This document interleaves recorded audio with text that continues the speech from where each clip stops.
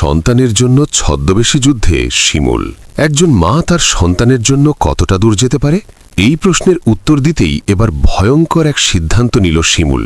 মধুশ্রীর হাতে কিডন্যাপ হওয়া নিজের একমাত্র ছেলেকে ফেরাতে শিমুল এবার শত্রুর ঘরেই ঢুকে পড়ল। কাজের মেয়ের ছদ্মবেশে চরম অসহায় সেজে মাথা নিচু করে মধুশ্রীর সামনে কাজের আবেদন জানায় শিমুল। এমনকি কাজ পাওয়ার আশায় মধুশ্রীর পায়ে পর্যন্ত পড়ে যায় সে। শিমুলের এই অভিনয় দেখে শেষমেশ তাকে কাজে রাখে মধুশ্রী। কিন্তু মধুশ্রী কি জানে তার নিজের বাড়িতেই লুকিয়ে আছে সবচেয়ে বড় বিপদ? মধুশ্রীর বাড়িতে নিঃশব্দে কাজ করতে থাকে শিমুল।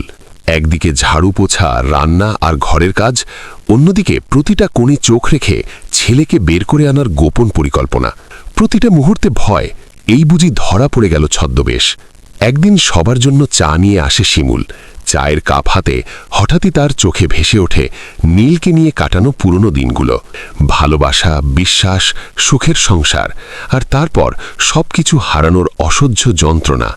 এই স্মৃতি কি শিমুলকে দুর্বল করে দেবে, নাকি সন্তানের জন্য আরও ভয়ঙ্কর করে তুলবে তাকে? অন্যদিকে মধুশ্রীর চোখে কি সন্দেহের ছায়া পড়ছে? শিমুলের আচরণ কি প্রশ্ন তুলছে তার মনে? একটা ছোট ভুলেই কি সব শেষ হয়ে যাবে? শিমুল কি তার ছেলেকে নিরাপদে ফিরিয়ে আনতে পারবে, নাকি শেষ মুহূর্তে মধুশ্রীর হাতে ধরা পড়ে যাবে সে? শিমুলের পরবর্তী চালই বা কী হতে চলেছে? এই প্রশ্নগুলোর উত্তর পেতে চোখ রাখুন আবেগ, রহস্য আর উত্তেজনায় ভরা সিরিয়ালের আগামী পর্বে।